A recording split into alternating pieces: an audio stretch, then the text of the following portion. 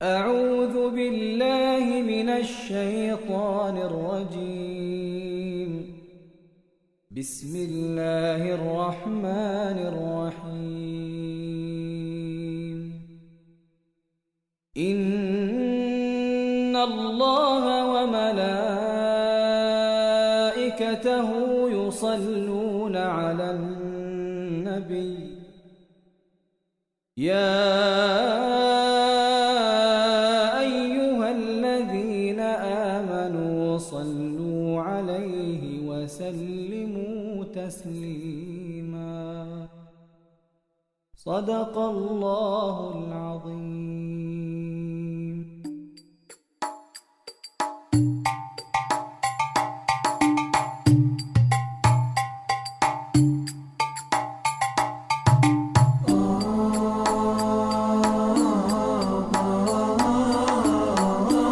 کتاب اللہ کے سفیر کا ایک روشن باب، حضرت جنید بغدادی رحمۃ اللہ علیہ، تحریر خان آصف، اور میں ہوں آپ کے ساتھ فیصل سعید زرغام۔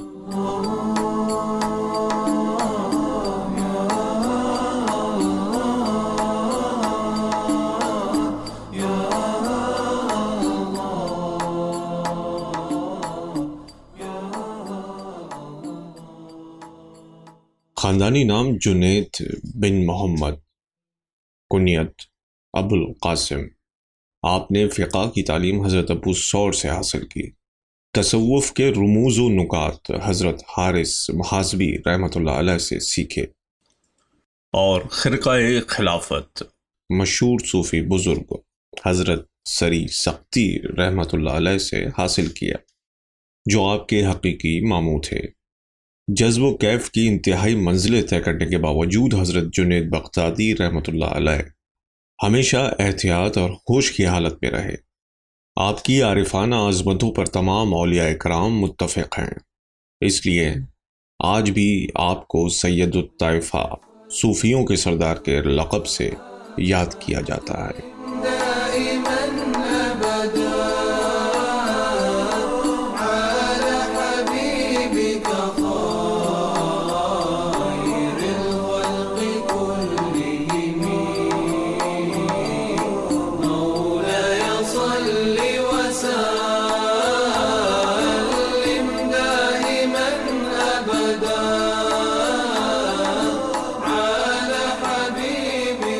یہ شہر بغداد کا واقعہ ہے، جو اپنے وقت میں متمدن دنیا کا سب سے بڑا علمی اور تہذیبی مرکز تھا، اور اسی شہر کے گوشے میں ایک مرد خدا بندگان خدا کے دلوں کی کثافت دھونے کے مشکل ترین کام میں مصروف تھا۔ ایک دن ایک شخص درویش کی خانقاہ میں حاضر ہوا۔ درویش نے حسب معمول مہمان کی تواضع کی اور پھر پوچھا، میرے بھائی تم کہاں سے آ رہے ہو؟ جواب میں اس شخص نے کہا، میں حج بیت اللہ کی سعادت حاصل کر کے آپ کی خدمت میں حاضر ہوا ہوں، تاکہ شیخ کی روحانی برکات سے فیض یاب ہو سکوں۔ جو شخص اللہ کی بارگاہ کرم میں حاضر ہو چکا ہو، اسے ایک انسان کے پاس آنے کی کیا ضرورت ہے؟ درویش نے اپنے عقیدت مند کو ٹوکتے ہوئے کہا، جو ذات اقدس اپنے ایک ایک بندے کی کفیل ہو، اس نے تمہیں بھی محروم نہیں رکھا ہوگا۔ اس شخص نے درویش کی بات سنی مگر اپنی ضد پر قائم رہا۔ شیخ، مجھے آپ کا فیض صحبت درکار ہے، میں بڑی توقعات لے کر حاضر ہوا ہوں، برائے خدا آپ مجھے مایوس نہ کیجیے گا۔ درویش نے کچھ دیر کے لیے سکوت اختیار کیا، پھر اس شخص کو مخاطب کرتے ہوئے کہا، جب سے تم حج کے لیے گھر سے نکلے ہو، کیا تم نے گناہوں سے بھی اجتناب کیا ہے؟ اس شخص نے نفی میں جواب دیا۔ درویش نے کہا، اس کا مطلب ہے کہ تم سفر میں نہیں تھے۔ پھر اس شخص سے پوچھا، سفر کے دوران میں جب تم رات گزارنے کے لیے کسی سرائے میں ٹھہرے تو کیا تم نے کوئی مقام قرب طے کیا؟ اس شخص نے بڑی حیرت سے درویش کی طرف دیکھا اور نفی میں اپنے سر کو جنبش دی۔ درویش نے تعصف آمیز لہجے میں کہا، اس کا مفہوم یہ ہے کہ تم نے منزل بمنزل سفر طے نہیں کیا۔ اس کے بعد درویش نے اس شخص سے ایک اور سوال کیا، پھر جب تم نے احرام باندھا تو اپنے سابقہ لباس کے ساتھ ساتھ انسانی کمزوریوں مثلاً خود بینی، بغض، حسد اور حرص و طمع کو بھی اپنے آپ سے دور کیا یا نہیں؟ درویش کے سوالات سن کر اس شخص کی حیرت میں مزید اضافہ ہو گیا تھا۔ میں اپنی ایسی کسی کمزوری پر قابو نہیں پا سکا۔ درویش نے کہا، پھر تو تم نے احرام ہی نہیں باندھا۔ اس کے بعد اس شخص سے پوچھا، جب تم نے عرفات کے میدان میں وقوف کیا تو مراقبہ ذات باری کیا؟ جب اس شخص نے نفی میں جواب دیا تو درویش نے کہا، پھر تو تم نے وقوف ہی نہیں کیا۔ اسی طرح درویش نے اس شخص سے مسلسل سوالات کیے۔ جب تم مزدلفہ پہنچے تو تمام نفسانی خواہشات سے قطع تعلق کیا؟ جب تم نے خانہ کعبہ کا طواف کیا تو جمال ذات باری کا مشاہدہ کیا؟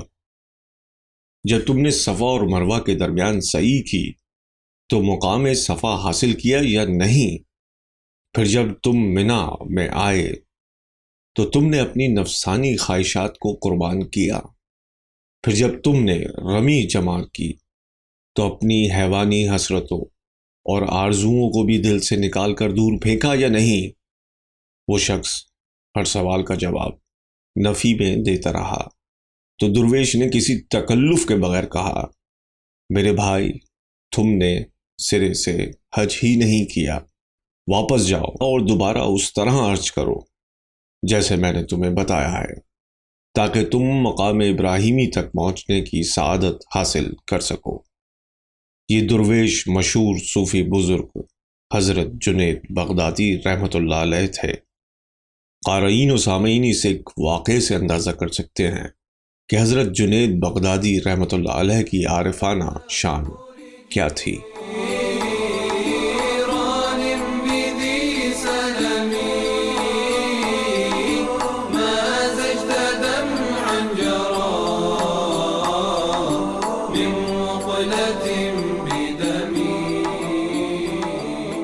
آپ کا خاندانی نام جنید تھا۔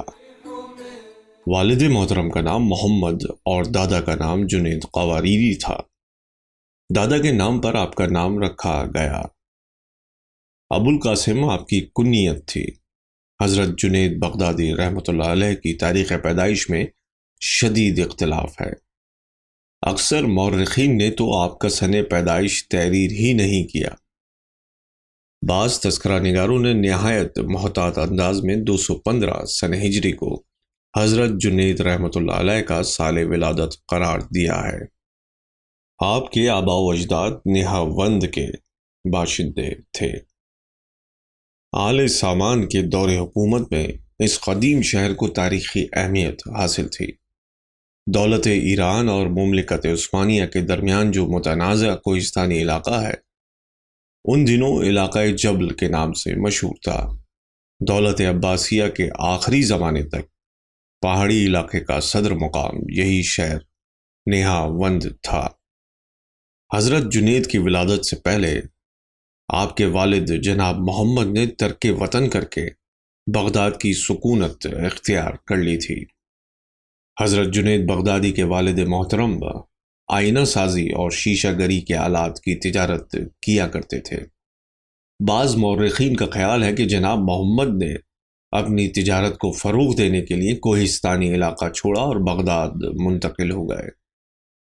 لیکن جب ہم اس دور کے حوالے سے تاریخ کا مطالعہ کرتے ہیں تو ایک اذیت ناک صورتحال سامنے آتی ہے۔ عباسی خلیفہ مامون الرشید نے سن 214 ہجری میں علی بن حشام نامی ایک شخص کو علاقہ جبل کا عادل گورنر مقرر کیا تھا، اور اس کے ساتھ ہی قم، اصفہان اور آذربائیجان وغیرہ کے علاقے بھی اس کی تحویل میں دے دیے تھے۔ علی بن حشام فطرتاً ایک سنگدل انسان تھا۔ اس نے حکومت کا روب و جلال قائم کرنے کے لیے مخلوق خدا پر بے شمار مظالم ڈھائے، ہزاروں انسانوں کا مال و اسباب لوٹا اور ان کی جائیدادیں ضبط کر لی، بہت سے لوگوں کو سر مقتل لے جا کر ذبح کر ڈالا۔ نتیجتاً پورے علاقے میں ایک کوہرام برپا ہو گیا۔ مجبور و بے کس انسان آسمان کی طرف منہ کر کے فریاد کرتے تھے، اے خدا، تو نے علی بن ہشام کو ہمارے کون سے گناہوں کی پاداش میں ہم پر نازل کیا ہے؟ اس گریہ ازاری کے دوران وہ ستم رسیدہ لوگ غائبانہ طور پر عباسی خلیفہ مامون الرشید کو مخاطب کر کے کہا کرتے تھے، امیر المومنین، آپ کو خبر بھی ہے کہ آپ نے کس ظالم و جابر حاکم کو ہم پر مسلط کیا ہے؟ کیا یہی آپ کا نظام مملکت ہے؟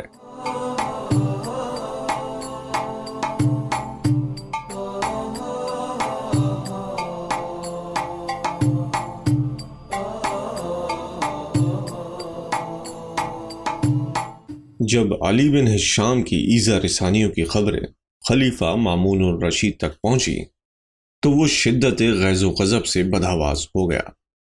پھر اس نے فوری طور پر عجیف نامی ایک شخص کو سر دربار طلب کیا جو شجاعت اور استقامت میں بڑی شہرت رکھتا تھا۔ عجیف، جب سے میں نے علی بن ہشام کے مظالم کی داستانیں سنی ہیں، میں بے خوابی کے مرض میں مبتلا ہو گیا ہوں۔ عباسی خلیفہ مامون الرشید نے عجیف کو مخاطب کرتے ہوئے کہا، کیا تو مجھے میری کھوئی ہوئی نیند لوٹا سکتا ہے؟ امیر المومنین، میں کوئی طبیب نہیں ہوں، عجیف نے عاجزی کے ساتھ عرض کیا۔ اگر میری وجہ سے خلیفۃ المسلمین کی کھوئی ہوئی نیندیں واپس آ سکتی ہیں تو غلام حاضر ہے۔ عجیف اپنی جان دے کر بھی آپ کے خوابوں کو پرسکون بنا سکتا ہے۔ میری آنکھیں بس ایک ہی منظر دیکھنا چاہتی ہیں کہ تو علی بن ہشام کو زنجیریں پہنا دے اور پھر اسے میرے قدموں میں لا کر ڈال دے۔ مامون الرشید بہت زیادہ جذباتی ہو گیا تھا۔ پھر میں اس ستمگر و نافرمان کا سر اپنے پیروں سے کچل ڈالوں۔ اگر میری زندگی نے وفا کی تو ایسا ہی ہوگا امیر المومنین، عجیف نے سرخم کرتے ہوئے کہا۔ پھر مامون الرشید کے حکم پر عجیف اپنا لشکر لے کر علاقہ جبل کی طرف بڑھا۔ جب علی بن ہشام نے یہ خبر سنی تو اس نے سرکشی اختیار کی اور حکومت کے دوسرے باغی بابک کے ساتھ مل کر عالم بغاوت بلند کرنا چاہا، مگر عجیف نے اسے سنبھلنے کا موقع نہیں دیا اور وہ کسی بلائے ناگہانی کی طرح علی بن ہشام کے سر پر پہنچ گیا، اور پھر سن 2017 ہجری میں اس جابر و سفاک انسان کو گرفتار کر کے عباسی خلیفہ مامون الرشید کے سامنے پیش کر دیا۔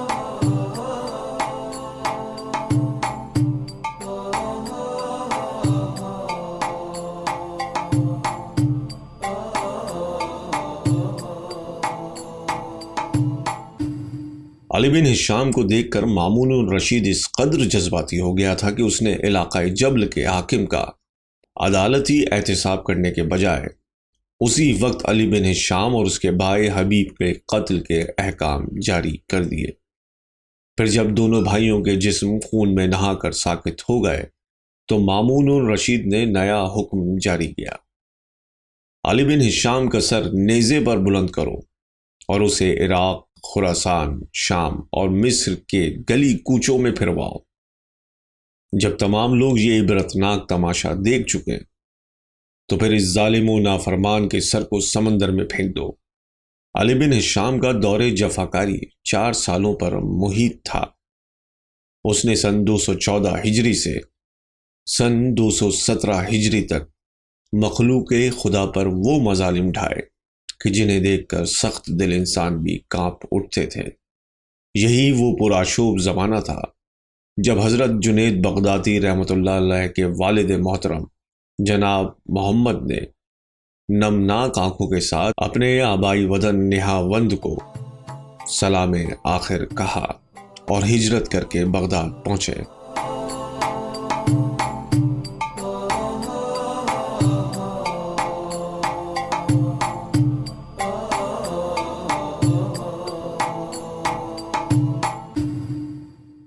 اور اسی تاریخی شہر میں حضرت جنید رحمۃ اللہ علیہ جیسا نابغہ روزگار صوفی پیدا ہوا۔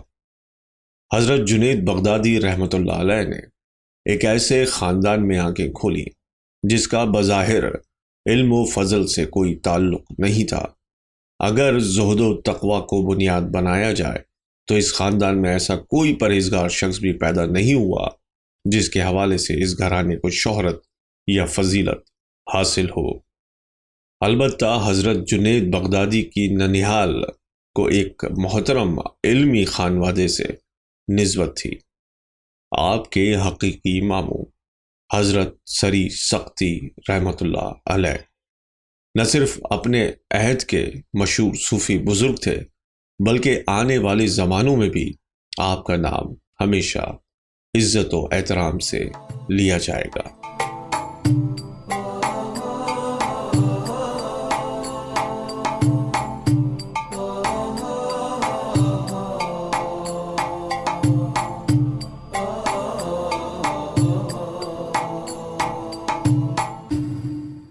بغداد منتقل ہونے کے بعد بھی جناب محمد نے اپنا وہی کاروبار جاری رکھا۔ جب حضرت جنید رحمۃ اللہ علیہ 5-6 سال کے ہوئے تو والد کے حکم سے شیشے کی دکان پر جا کر بیٹھنے لگے۔ اس واقعے سے بھی اندازہ کیا جا سکتا ہے کہ آپ کے والد محترم کسی قسم کا علمی ذوق نہیں رکھتے تھے۔ ان کی ذہنی معراج یہ تھی کہ وہ کسی طرح اپنے بیٹے کو ایک کامیاب دکاندار بنا دیں۔ جناب محمد اسی کوشش میں لگے ہوئے تھے کہ مگر قدرت حضرت جنید بغدادی رحمۃ اللہ علیہ کے بارے میں کچھ اور فیصلہ کر چکی تھی۔ اہل دنیا ظاہر کی آنکھوں سے بس اتنا ہی دیکھ سکتے تھے کہ ایک 5-6 سالہ بچہ شیشے کی دکان پر بیٹھتا ہے اور آنے والے خریداروں کے ساتھ بڑی شائستگی اور ذہانت کے ساتھ گفتگو کرتا ہے، مگر کسی کو یہ راز معلوم نہیں تھا کہ اس بچے کا دل آئینے سے بھی زیادہ صاف ہے، اور یہی بچہ جوان ہو کر سینکڑوں آئینے تراشے گا، ایسے آئینے کہ جن کی آب و تاب قیامت تک باقی رہے گی۔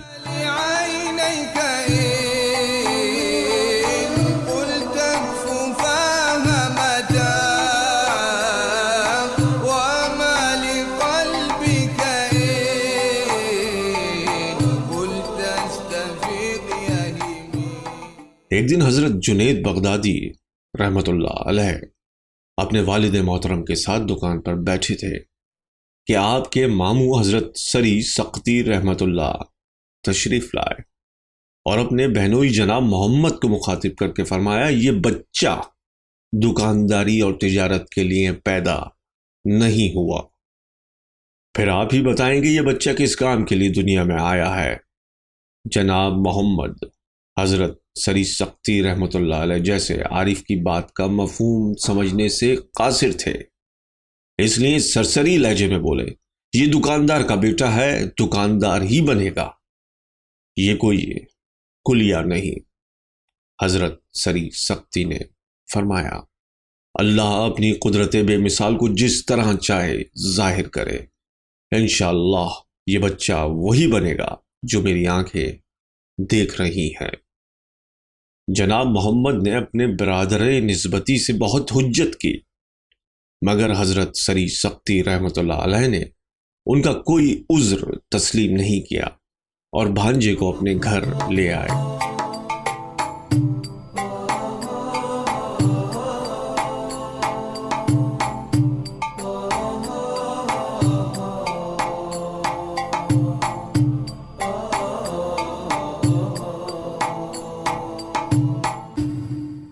اب حضرت جنید بغدادی رحمۃ اللہ علیہ ایک عارف وقت کی محبت کے سائے میں پرورش پا رہے تھے۔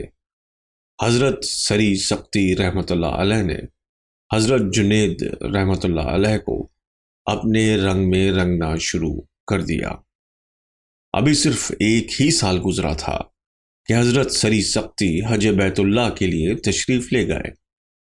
اس مقدس سفر میں حضرت جنید بغدادی بھی ماموں کے ہمراہ تھے اور آپ کی عمر مبارک محض 7 سال تھی۔ اس سفر کے بارے میں خود حضرت جنید بغدادی رحمۃ اللہ علیہ فرماتے ہیں، مکہ معظمہ پہنچنے کے بعد ایک دن ایک مجلس خاص میں حضرت سری سقطی تشریف لائے اور آپ کے گرد عارفوں کا ہجوم تھا، اور میں ان بزرگوں کے قریب ہی کھیل رہا تھا۔ باتوں باتوں میں یہ مسئلہ چھڑا کہ شکر کیا ہے۔ تمام بزرگوں نے مختلف انداز میں اپنے اپنے خیالات کا اظہار کیا۔ آخر میں حضرت سری سختی رحمۃ اللہ علیہ نے مجھ سے مخاطب کر کے فرمایا، بیٹا جنید، تم بھی بتاؤ کہ شکر کسے کہتے ہیں؟ میں نے جھجکتے ہوئے تمام بزرگوں کی طرف دیکھا اور پھر عرض کیا، اللہ کی نعمتوں کو پا کر اس کی نافرمانی نہ کی جائے، میرے نزدیک اسی کا نام شکر ہے۔ ایک 7 سالہ بچے کی زبان سے یہ الفاظ سن کر تمام بزرگ جھوم اٹھے اور بہت دیر تک حضرت جنید بغدادی کی ذہانت کی تعریف کرتے رہے۔ پھر جب تمام درویش خاموش ہو گئے تو حضرت سری سختی رحمۃ اللہ علیہ نے بھانجے کی طرف دیکھ کر نہایت پرسوز لہجے میں فرمایا، مجھے یقین ہے کہ تمہیں حق تعالیٰ سے جو فیض پہنچے گا وہ تمہاری زبان کے ساتھ مخصوص ہوگا۔ حضرت سری سختی رحمۃ اللہ علیہ کی یہ پیش گوئی حرف بحرف درست ثابت ہوئی۔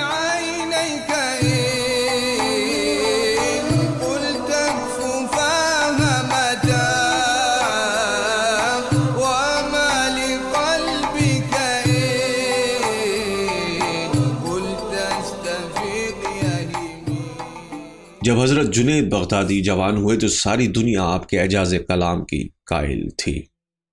جب بھی تقریر فرماتے تو پوری مجلس آپ کے الفاظ کی تاثیر سے بے حال ہو جاتی۔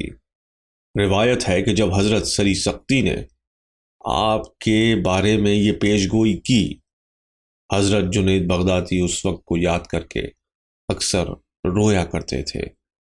جب کوئی شخص رونے کا سبب پوچھتا تو آپ نہایت رقت آمیز لہجے میں فرماتے، پیر و مرشد نے فرمایا تھا کہ میری زبان سے یہ فیض ربانی جاری ہوگا، کاش حضرت شیخ میرے دل کے بارے میں بھی یہی ارشاد فرما دیتے۔ یہ حضرت جنید بغدادی کا انکسار تھا، ورنہ اللہ تعالیٰ نے آپ کے قلب و زبان دونوں سے اپنا فیض جاری کیا۔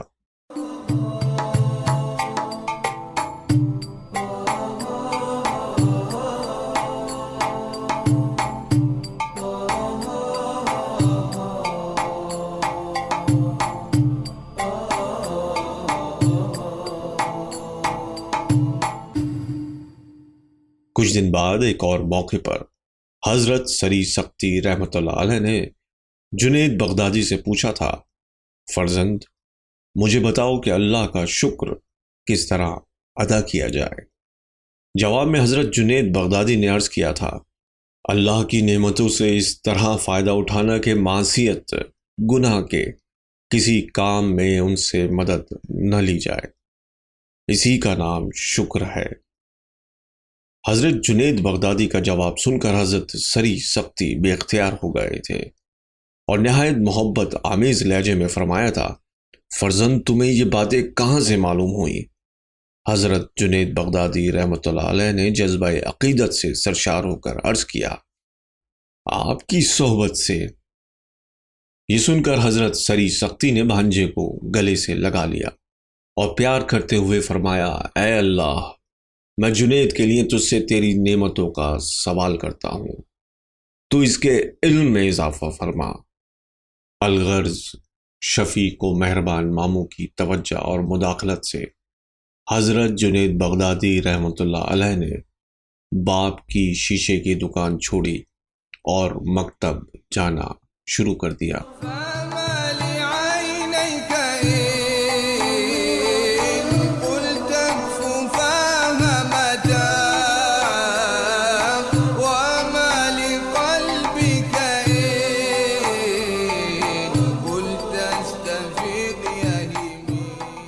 مکتب سے واپس آنے کے بعد آپ حضرت سری سختی کی خدمت میں حاضر ہوتے اور اس عارف وقت کے وعظ و نصیحت کو بہت غور سے سنتے۔ حضرت سری سختی کا انداز تعلیم اور طریقہ تربیت نہایت مؤثر اور دلکش تھا۔ ایک دن حضرت جنید بغدادی ماموں کی خدمت میں حاضر ہوئے۔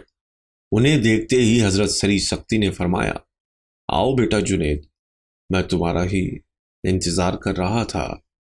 انتہائی نوعمری کے باوجود حضرت جنید بغدادی نے سر تسلیم خم کرتے ہوئے کہا، شیخ میں حاضر ہوں، حکم دیجیے۔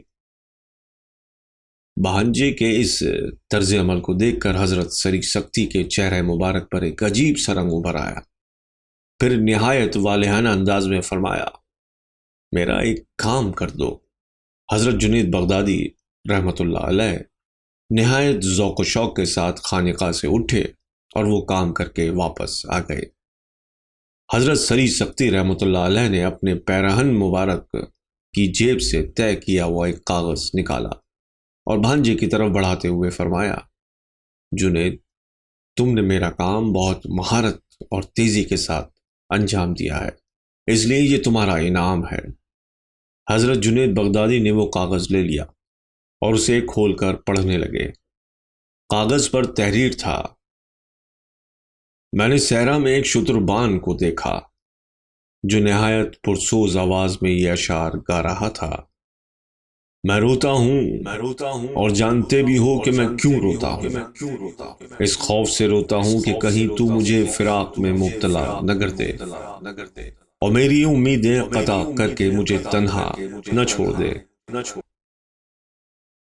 یہ نصیحت کا عجیب و غریب انداز تھا جس سے متاثر ہو کر حضرت جنید بغدادی بھی رونے لگے اور پھر اپنے محترم ماموں سے لپٹ کر عرض کرنے لگے، اگر یہ کلام میرے لیے ہے تو بس اتنا سمجھ لیجئے کہ میں اس در کو چھوڑ کر کہاں جا سکتا ہوں۔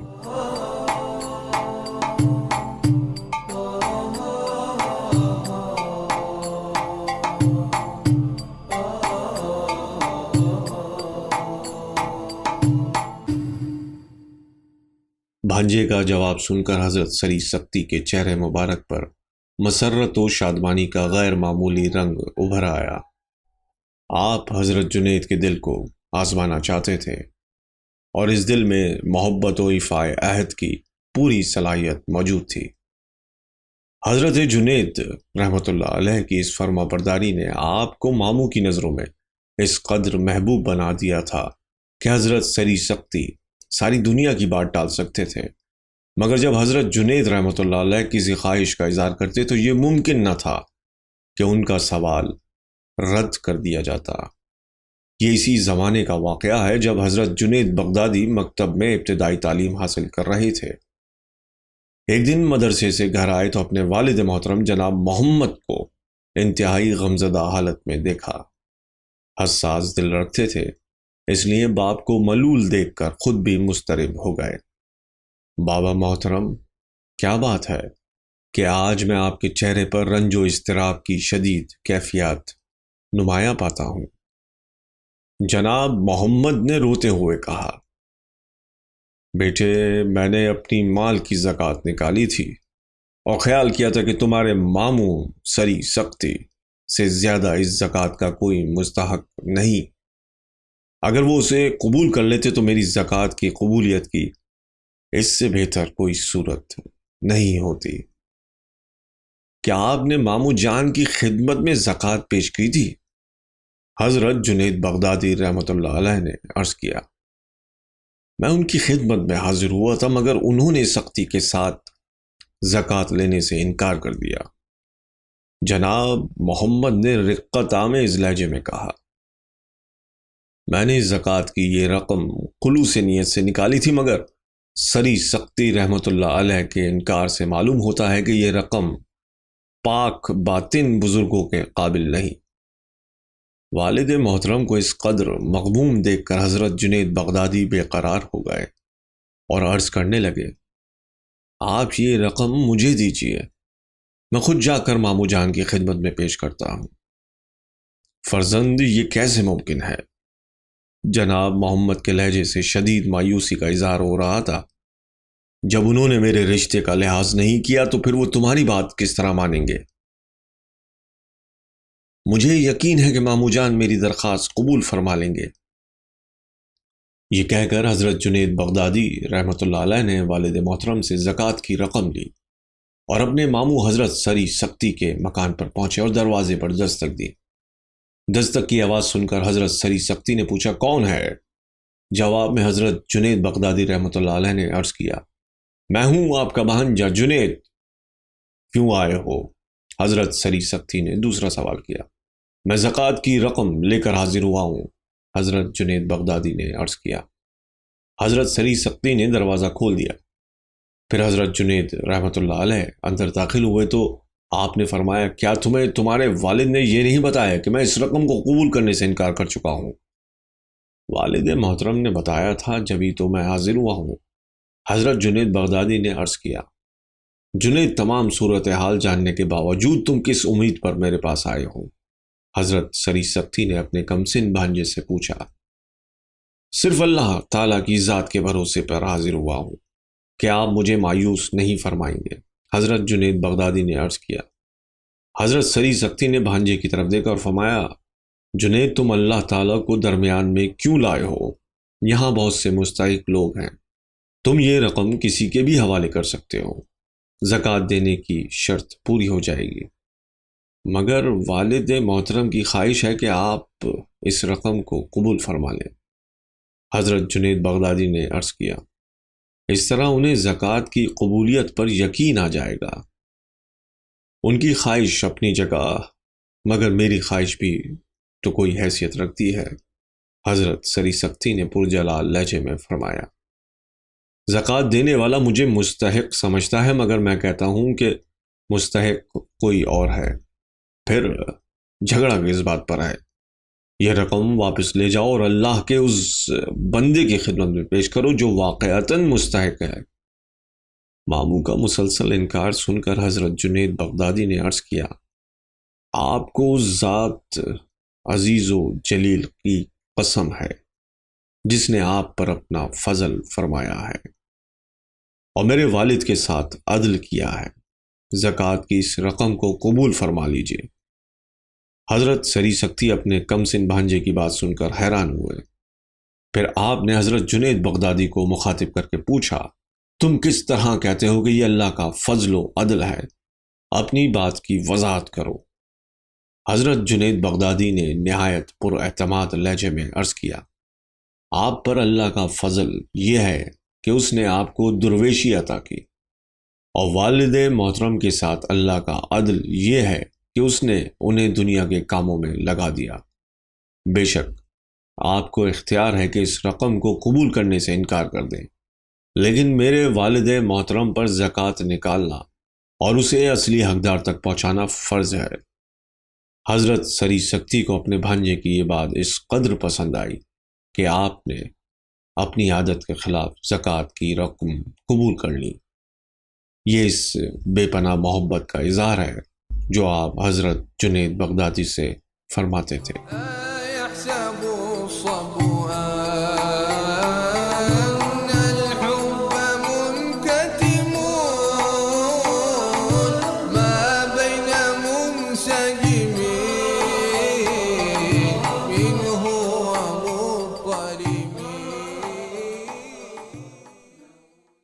پھر تقریباً 8 سال کی عمر میں اپنے ماموں کی ہدایت پر حضرت جنید بغدادی رحمۃ اللہ علیہ مشہور فقیہ حضرت ابو ثور کی خدمت میں حاضر ہوئے اور شاگردی کی درخواست کی۔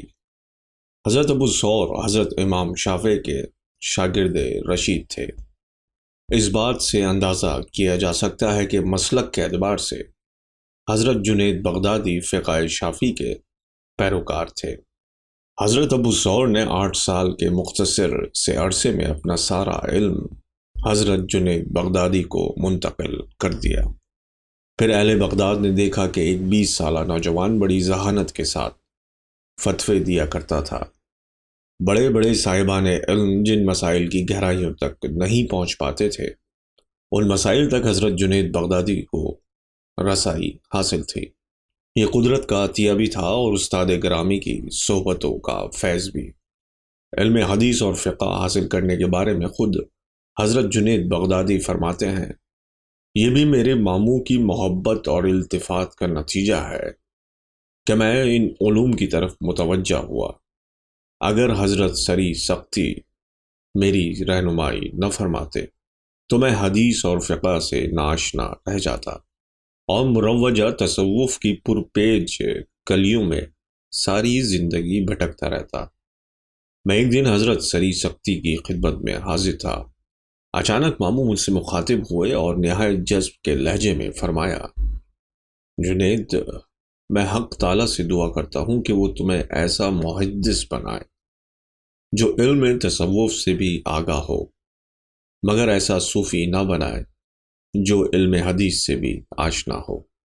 حضرت سری سختی کے اس قول مبارک کی وضاحت یہ ہے کہ آپ حدیث و فقہ کے علم کو اولیت دیتے تھے۔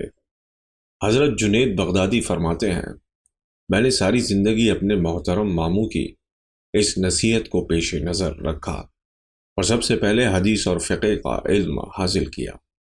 بعد میں حضرت ابو عبداللہ حارث محاسبی کی صحبت اٹھائی اور یہی میری کامیابی کا راز ہے۔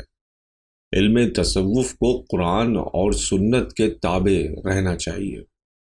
جس شخص نے تصوف کے کوچے میں قدم رکھنے سے پہلے قرآن حفظ نہ کیا ہو اور حدیث میں سند حاصل نہ کی ہو، اسے دوسروں کی رہنمائی کا کوئی حق نہیں ہے۔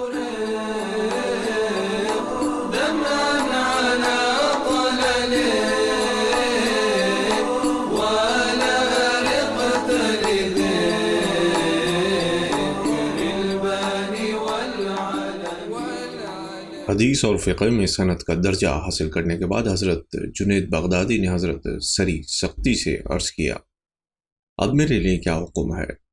حضرت سری سختی رحمۃ اللہ علیہ نے فرمایا، اب تم شیخ ابو عبداللہ حارث محاسبی کی خدمت میں حاضری دو۔ اس کے ساتھ ہی حضرت سری سختی نے حضرت جنید بغدادی کو یہ ہدایت کی، تم شیخ حارث محاسبی رحمۃ اللہ علیہ سے تصوف کی تعلیم حاصل کرو۔ الغرض حضرت جنید بغدادی حضرت شیخ حارث محاسبی رحمۃ اللہ علیہ کی خدمت میں حاضر ہوئے، جو علم و فضل اور زہد و تقوی میں یگانہ روزگار تھے۔ حضرت شیخ عبداللہ حارث محاسبی کا آبائی وطن بصرہ تھا، مگر آپ نے بغداد میں سکونت اختیار کر لی تھی۔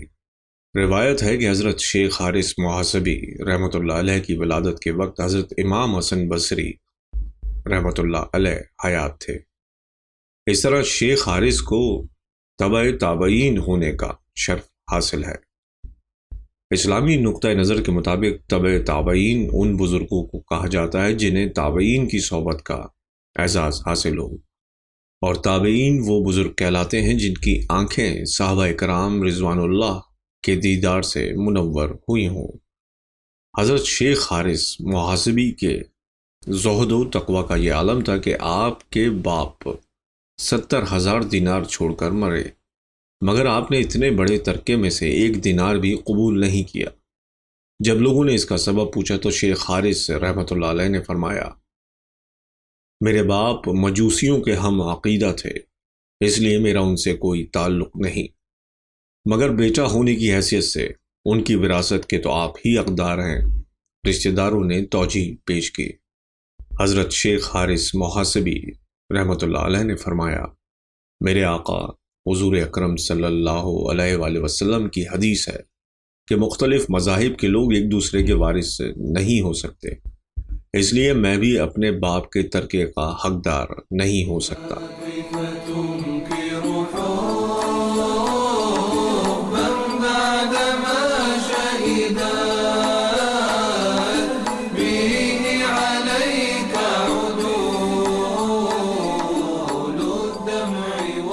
حلال روزی کھانے میں حضرت شیخ حارث رحمۃ اللہ علیہ کی احتیاط اس درجے کو پہنچ گئی تھی کہ اگر اتفاق سے کوئی لقمہ آپ کے دست مبارک میں آ جاتا تو انگلیوں کی ایک مخصوص رگ بے اختیار پھڑکنے لگتی اور آپ فوراً ہاتھ روک دیتے۔ حضرت جنید بغدادی رحمۃ اللہ علیہ کو حضرت شیخ حارث محاسبی سے اس قدر محبت تھی کہ آپ کو چچا کہہ کر پکارتے تھے۔ معتبر روایت ہے کہ ایک دن حضرت جنید بغدادی رحمۃ اللہ علیہ نے شیخ کو اپنے گھر کی طرف سے گزرتے دیکھا۔ حضرت حارث محاسبی کے چہرے پر شدید نقاہت اور پزمردگی کے آثار نمایاں تھے۔ حضرت جنید بغدادی رحمۃ اللہ علیہ نے یہ کیفیت دیکھ کر اندازہ کر لیا کہ شیخ فاقے سے ہیں۔ آپ نے کسی تعامل کے بغیر عرض کیا، چچا گھر میں تشریف لائیے اور کچھ نوش فرما لیجیے۔ حضرت شیخ ابو عبداللہ حارث محاسبی رحمۃ اللہ علیہ نے ایک نظر اپنے شاگرد کی طرف دیکھا اور فرمایا، بہتر ہے۔ یہ کہہ کر آپ گھر میں تشریف لے آئے۔ حضرت جنید بغدادی رحمۃ اللہ علیہ نے شیخ کے سامنے دسترخوان بچھایا اور پر تکلف کھانا رکھ دیا۔ اتفاق سے گزشتہ رات پڑوس میں شادی تھی اور یہ کھانا وہیں سے آیا تھا۔ حضرت شیخ حارث محاسبی نے ایک لقمہ لیا اور اسے منہ میں رکھ لیا۔ حضرت جنید بغدادی نے حیرت سے دیکھا کہ حضرت شیخ حارث نے کئی بار اس لقمے کو منہ میں گھمایا اور پھر دفعتاً دسترخوان چھوڑ کر گھر سے باہر تشریف لے گئے۔ حضرت جنید بغدادی شیخ کے پیچھے پیچھے تھے۔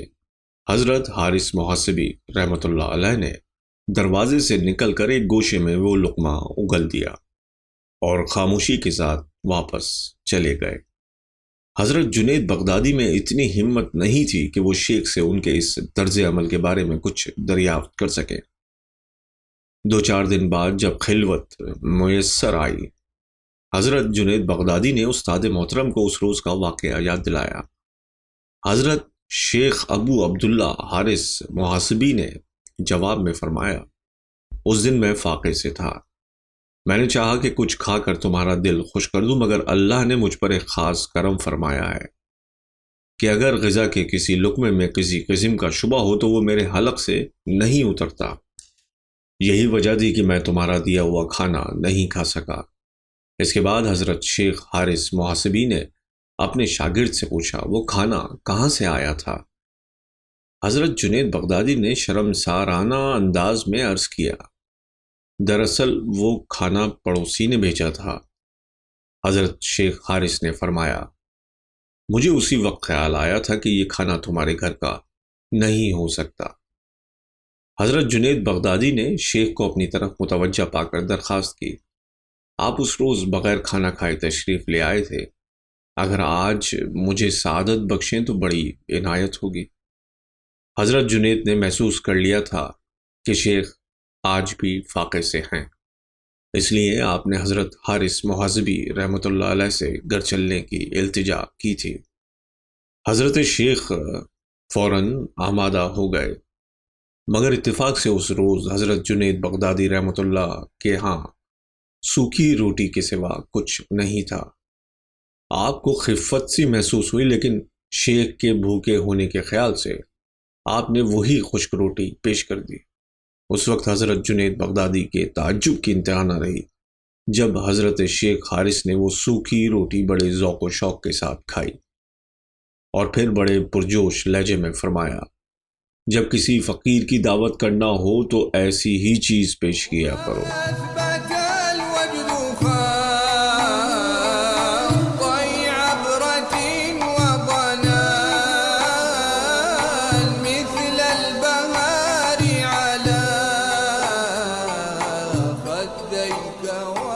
یہی وہ مرد جلیل تھے جن کی صحبتوں سے حضرت جنید بغدادی 3 سال تک فیض یاب ہوئے۔ حضرت شیخ ابو عبداللہ حارث محاسبی کا انتقال سن 243 ہجری میں ہوا۔ اس وقت حضرت جنید بغدادی کی عمر مبارک 28 سال کے قریب تھی۔ آپ اپنے استاد گرامی کو یاد کر کے اکثر فرمایا کرتے تھے، افسوس معرفت کا آفتاب غروب ہو گیا اور میں اپنے خانہ دل کو اس کی ضیاء باریوں سے منور نہ کر سکا۔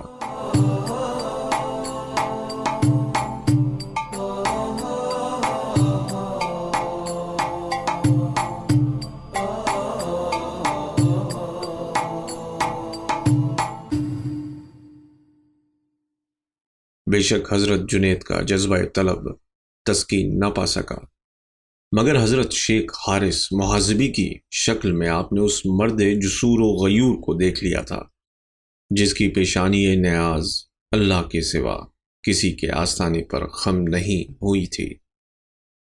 حضرت سری سختی کا مقصد بھی یہی تھا کہ حضرت جنید بغدادی دوسرے مشائخ کی صحبتوں سے فیضیاب ہو جائیں۔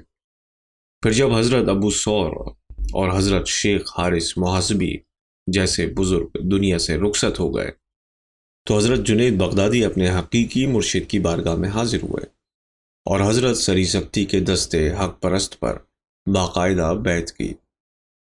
حضرت سری سکتی رحمۃ اللہ علیہ کے حلقہ ارادت میں شامل ہونے سے پہلے حضرت جنید بغدادی اپنے والد محترم کی دکان پر بیٹھتے تھے۔ اس وقت جناب محمد کا انتقال ہو چکا تھا۔ حضرت جنید رحمۃ اللہ علیہ نے شیشے کی آبائی تجارت چھوڑ کر ریشم کا کاروبار شروع کر دیا تھا، اور یہ سب کچھ اس لیے تھا کہ آپ کو کسی کے سامنے دستے طلب دراز نہ کرنا پڑے۔ پھر یہ دکان بھی بند کر دی اور حضرت سری سکتی کے مکان میں گوشہ نشین ہو کر شدید مجاہدے کیے۔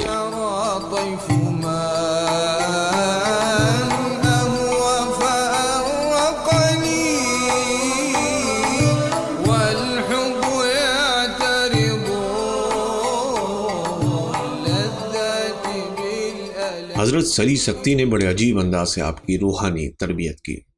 ایک دن حضرت جنید بغدادی نے اپنے پیر مرشد سے عرض کیا، مجھے کوئی ایسا قصہ سنائیے جس سے عشق کی سچائی کا اظہار ہوتا ہو۔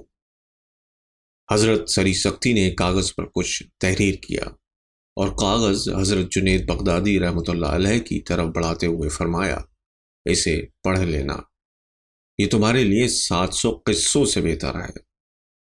جب حضرت جنید بغدادی نے تنہائی میں اس کاغذ کو کھول کر دیکھا تو عربی زبان کے 3 اشعار درج تھے۔ جب میں نے محبت کا دعویٰ کیا تو وہ بولی کہ تم جھوٹے ہو۔ اگر تمہیں محبت ہے تو تمہارے ہاتھ پاؤں اتنے درست کیوں نظر آ رہے ہیں؟ یاد رکھو کہ محبت اس وقت تک نہیں ہوتی کہ جب تک پیٹ کمر سے نہ لگ جائے، اور تم اتنے کمزور ہو جاؤ کہ کوئی تمہیں پکارے تو جواب نہ دے سکو، اور اس قدر بھول جاؤ کہ گوشۂ چشم کے سوا کچھ باقی نہ رہے جس سے تم آنسو بہاؤ اور عاجزی کرو۔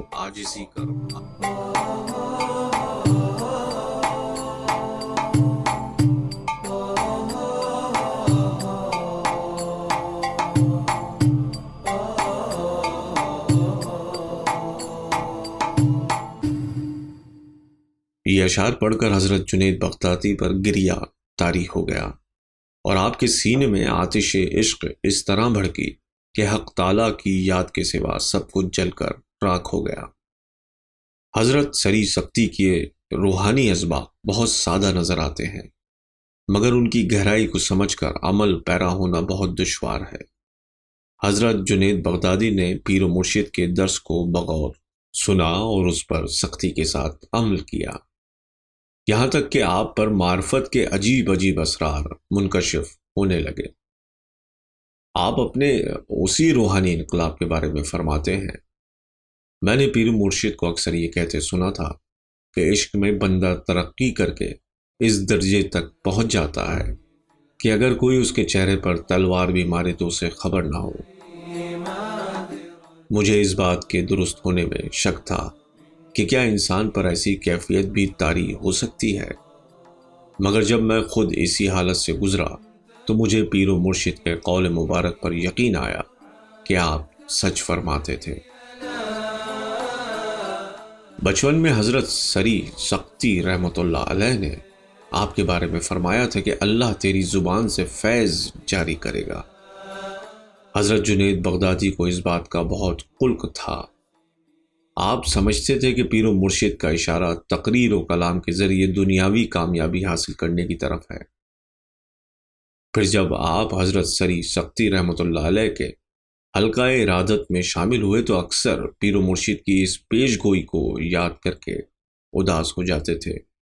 حضرت جنید بغدادی سمجھتے تھے کہ آخرت کی کامیابی آپ کی قسمت میں نہیں ہے۔ وقت گزرتا رہا اور حضرت جنید بغدادی ریاضت و مجاہدات کے ساتھ پیر و مرشد کی خدمت گزاری میں مصروف رہے۔ آخر ایک دن ایک ایسا واقعہ پیش آیا جس نے آپ کا سارا رنج و ملال دور کر دیا۔ حضرت جنید بغدادی فرماتے ہیں کہ ایک روز میرے پاس 4 درہم تھے۔ میں نے انہیں پیر و مرشد کی خدمت میں پیش کرتے ہوئے عرض کیا، یہ آپ کی نذر ہے، انہیں قبول فرما لیجئے۔ حضرت سری سکتی رحمۃ اللہ علیہ اپنے مرید خوش اعتقاد کے اس طرز عمل سے بہت خوش ہوئے اور کسی تعامل کے بغیر وہ درہم قبول فرمائے۔ پھر حضرت جنید بغدادی کو مخاطب کرتے ہوئے بولے، نوجوان، تجھے فلاح اخروی حاصل ہونے کی بشارت ہو۔ حضرت جنید بغدادی رحمۃ اللہ علیہ کو پیر و مرشد کے ارشاد گرامی پر حیرت ہوئی۔ پھر نہایت پرشوق لہجے میں عرض کرنے لگے، آپ کس وجہ سے فرماتے ہیں؟ حضرت سری سکتی رحمۃ اللہ علیہ نے فرمایا، مجھے اس وقت 4 ہی درہم کی ضرورت تھی اور میں نے دعا مانگی تھی کہ الہی یہ رقم مجھے اس شخص کے ہاتھ سے دلوا جو تیرے نزدیک فلاح پانے والا ہو۔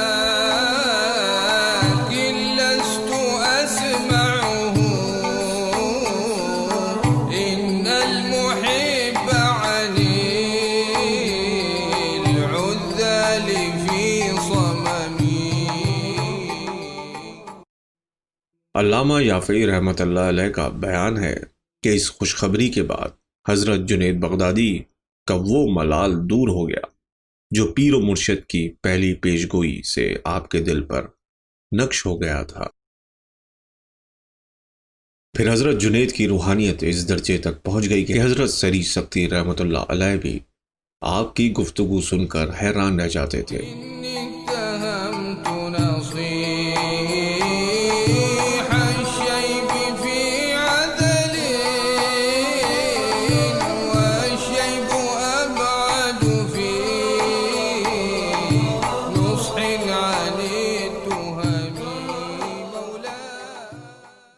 ایک دن حضرت جنید بغدادی پیر و مرشد کی خدمت میں حاضر ہوئے تو عجیب منظر دیکھا۔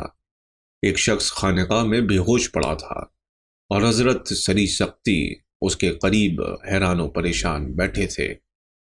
حضرت جنید بغدادی نے فکرمندانہ لہجے میں عرض کیا، آخر اس شخص کو کیا ہوا ہے کہ یہ اپنے ہوش و حواس کھو بیٹھا ہے؟ حضرت سری سکتی نے فرمایا، میں نے اس کے سامنے قرآن حکیم کی ایک آیت تلاوت کی تھی جسے سنتے ہی یہ بے ہوش ہو گیا۔ حضرت جنید بغدادی نے عرض کیا، آپ وہی آیت دوبارہ تلاوت کیجئے، یہ شخص ہوش میں آ جائے گا۔ حضرت سری سکتی نے بڑی حیرت کے ساتھ اپنے مرید اور بھانجے کی طرف دیکھا، پھر بآواز بلند وہی آیت مقدسہ تلاوت کی۔ چند لمحوں کے بعد وہ شخص ہوش میں آ گیا۔ حضرت سری سکتی رحمۃ اللہ علیہ کو اس بات پر بھی تعجب ہوا، مگر آپ اجنبی کی موجودگی میں خاموش رہے۔ پھر جب وہ شخص چلا گیا تو آپ نے حضرت جنید بغدادی سے پوچھا، تمہیں یہ تدبیر کس طرح معلوم ہوئی؟ حضرت جنید بغدادی نے بصد احترام عرض کیا، حضرت یوسف علیہ السلام کے پیرہن مبارک سے حضرت یعقوب علیہ السلام کی بینائی چلی گئی تھی اور پھر اسی کرتے سے آپ کی آنکھوں کی روشنی بحال ہو گئی تھی۔ حضرت سری سکتی کو حضرت جنید بغدادی کا یہ جواب بہت پسند آیا۔ دراصل یہ اس تاریخ ساز واقعے کی طرف اشارہ تھا جب حضرت یوسف علیہ السلام کے بھائیوں نے آپ کو ایک کنویں میں پھینک دیا اور آپ کے پیرہن مبارک کو کسی بھیڑ بکری کے خون سے رنگین کر کے حضرت یعقوب علیہ السلام کے سامنے پیش کر دیا تھا۔ یوسف علیہ السلام کو بھیڑیا اٹھا کر لے گیا اور یہ خون آلود پیرہن ان کی نشانی ہے۔ حضرت یعقوب علیہ السلام اپنے محبوب فرزند کے پیرہن کو آنکھوں سے لگائے دن رات روتے رہتے تھے، یہاں تک کہ آپ آنکھوں کی روشنی سے محروم ہو گئے۔ اور پھر جب کئی سال بعد حضرت یوسف علیہ السلام سخت ترین آزمائشوں سے گزر کر مصر کے بادشاہ بنے تو آپ کے تمام بھائیوں نے حاضر ہو کر اپنے گناہ کی معافی مانگی۔ حضرت یوسف علیہ السلام نے بھائیوں کو معاف کرنے کے بعد حضرت یعقوب علیہ السلام کا حال دریافت کیا تو معلوم ہوا کہ وہ بیٹے کے غم میں روتے روتے اپنی بینائی گنوا چکے ہیں۔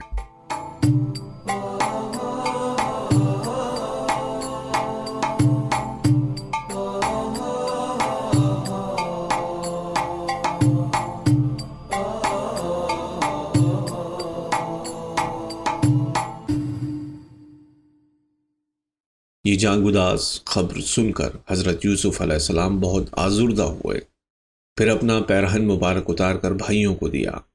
جب حضرت یعقوب علیہ السلام نے بیٹے کا کرتا آنکھوں سے لگایا تو گمشدہ بینائی لوٹ آئی۔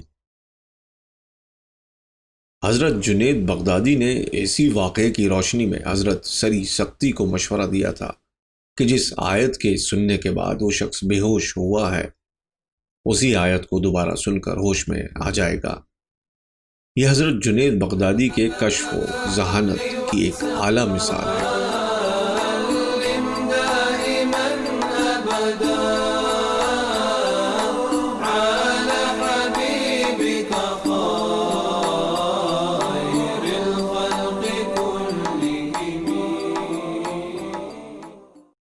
اب حضرت جنید بغدادی معرفت کے اس درجے پر پہنچ گئے تھے کہ استاد گرامی حضرت سری سختی بھی بعض مسائل میں آپ سے مشورہ لیا کرتے تھے اور شاگرد کی رائے کو اپنی رائے سے افضل قرار دیا کرتے تھے۔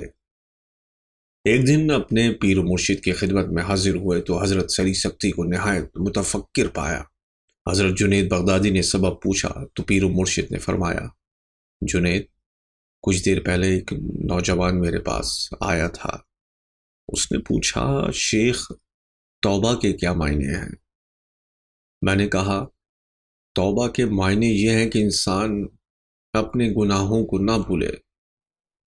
نوجوان نے بے ساختہ کہا، شیخ، آپ کا جواب غلط ہے۔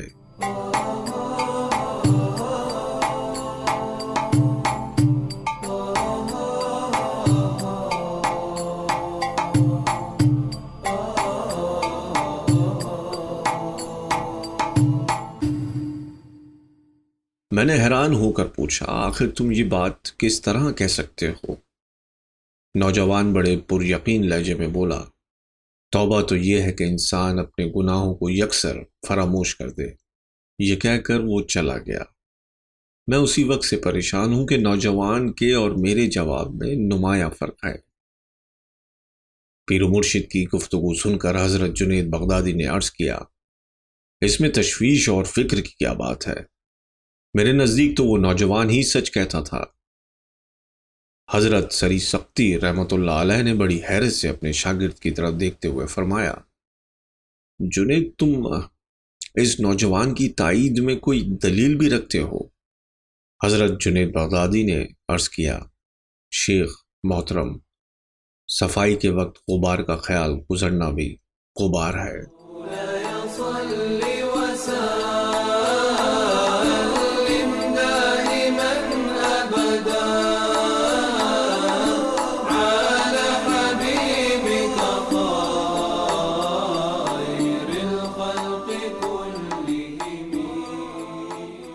حضرت جنید بغدادی کا جواب اس قدر منطقی تھا کہ حضرت سری سختی نے بلا تأمل اسے قبول کر لیا۔ یہی وہ موقع تھا جب پیر و مرشد نے اپنے ذہن اور نکتہ آفریں مرید سے کہا، جنید، اب وقت آ گیا ہے کہ تم واعظ کہنا شروع کرو۔ قدرت نے بہت پہلے ان آنکھوں کو جو کچھ دکھایا تھا، اب اس منظر کے متشکل ہونے کی ساعت آ گئی ہے۔ مخلوق خدا کے درمیان اپنی زبان کھولو، حق تعالیٰ نے تمہیں اعجاز بیانی سے متصف کیا ہے۔ حضرت جنید بغدادی نے پیر و مرشد کا ارشاد گرامی سن کر سر جھکا لیا۔ حضرت سری سختی رحمۃ اللہ علیہ آپ کی قوت گفتار پر گواہی دے رہے تھے، مگر حضرت جنید بغدادی کا یہ حال تھا کہ انسانی مجمع میں بات کرتے ہوئے گھبراتے تھے۔ گوشہ نشیں ہو کر خانقاہ میں بیٹھتے تو سیر روحانی کرتے کرتے اس مقام تک جاتے جہاں اس زمانے کے بڑے بڑے مشائخ کا بھی گزر نہیں تھا۔ لیکن جب کسی مجلس میں کوئی فقہی مسئلہ بیان کرنے کی کوشش کرتے تو جھجک آڑے آ جاتی۔ الغرض اسی کشمکش میں روز و شب گزرتے رہے۔ حضرت سری سختی رحمۃ اللہ علیہ واعظ کہنے کے لیے فرماتے اور حضرت جنید بغدادی پیر و مرشد کے احترام میں خاموشی اختیار کر لیتے۔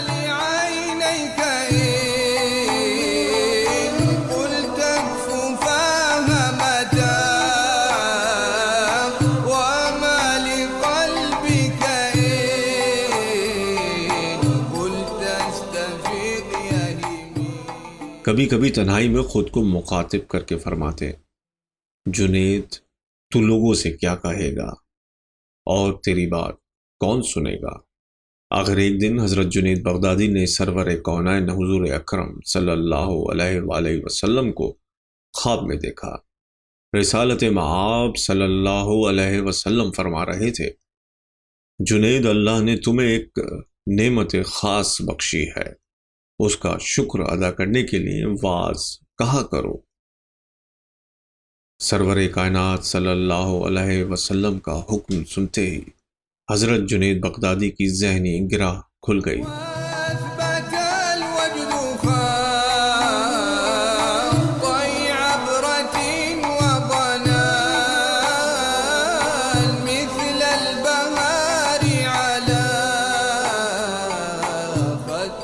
روایت ہے کہ اسی رات پچھلے پہر جب یہ مبارک ترین خواب دیکھ کر حضرت جنید بغدادی بیدار ہوئے تو حضرت سری سختی تشریف لائے اور آپ کے دروازے پر دستک دی۔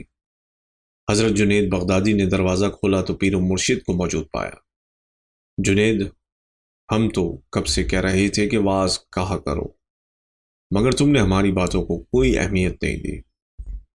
حضرت سری سختی نے حضرت جنید بغدادی کو مخاطب کرتے ہوئے فرمایا، لیکن اب تو تمہیں رسالت پناہ صلی اللہ علیہ وسلم کے دربار اقدس سے بھی اجازت مل گئی ہے۔ حضرت جنید بغدادی نے حیرت و ادب کے ساتھ سر جھکا لیا، پھر نہایت عاجزانہ لہجے میں عرض کیا، میرا خیال تھا کہ میں فصاحت زبان اور بلاغت بیان سے محروم ہوں، اس لیے ڈرتا تھا کہ کہیں لوگ میری بات سننے سے انکار نہ کر دیں۔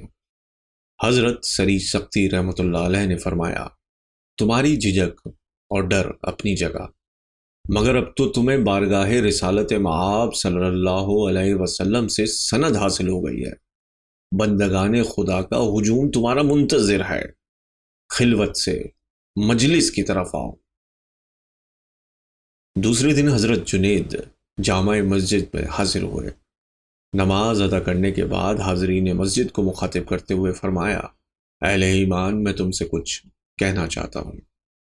جنید، ہم تو برسوں سے گوش بر آواز ہیں، مگر آپ کچھ کہتے ہی نہیں۔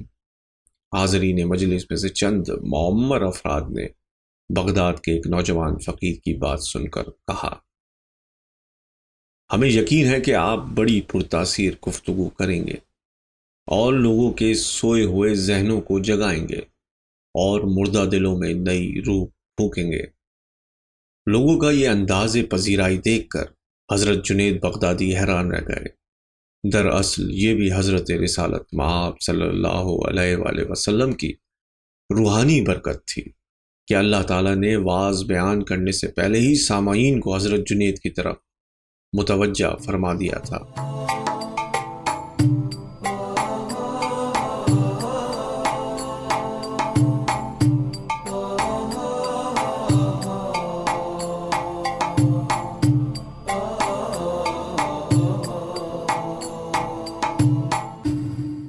اس مختصر سی گفتگو کے بعد حضرت جنید بغدادی نے اپنے رب کی کبریائی بیان کی، پھر پیغمبر اسلام صلی اللہ علیہ وآلہ وسلم کی شان میں اپنے جذبہ عقیدت کا اس طرح اظہار کیا کہ حاضرین کی آنکھیں بھیگ گئیں۔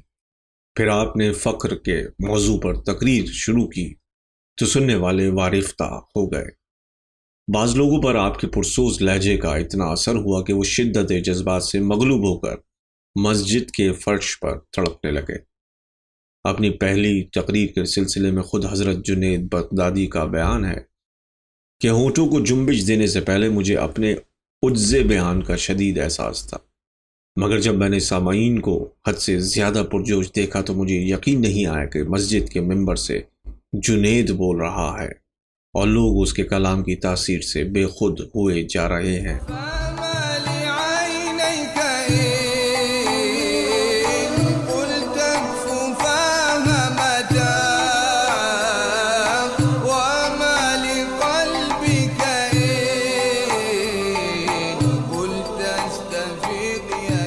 آپ کی پہلی تقریر کے بعد بغداد کے گلی کوچوں میں ایک ہی بات کا شور تھا کہ اس شہر میں حضرت جنید جیسا فصیح بیان کوئی دوسرا نہیں۔